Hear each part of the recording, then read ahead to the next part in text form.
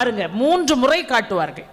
அதில் முதல்ல காட்டக்கூடிய தீபாராதனையை விட, 2ஆம் முறை காட்டக்கூடிய தீபாராதனையை விட, 3ஆவது முறை அம்பாளுடைய முகத்திற்கு அருகிலே அந்த தீபம் காட்டப்படும்.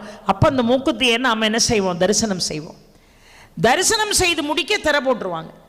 திரை போட்ட உடனே இந்த மூக்குத்தியை ஒரு சங்கிலி கொண்டு இழுத்து பின்னால் வைத்து விட்டு மீண்டும் திரை திறக்கப்படும். அதுக்கு பிறகுதான் கட்டளைக்குரிய பட்டர் சிவனுடைய பாதுகைகளை பள்ளியறைக்குள்ளே எழுந்தருளும்படியாக செய்வார். அதுக்கப்புறம் தான் பள்ளியறை பூஜை, அப்புறம் பால் பழம் எல்லாம் கொடுப்பாங்க, மேளவாத்தியங்கள் எல்லாம் வாசிக்கும்.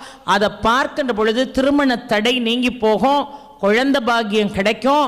பிரிந்த குடும்பங்கள் இந்த மீனாட்சி அம்மனுடைய ஸ்தலத்துக்குள்ள இருக்கக்கூடிய பள்ளியறை பூஜையை அர்த்தஜாம பூஜையோடு சேர்த்து பார்க்கின்ற பொழுது கண்டிப்பாக பிரிந்த தம்பதியர்கள் ஒன்றாக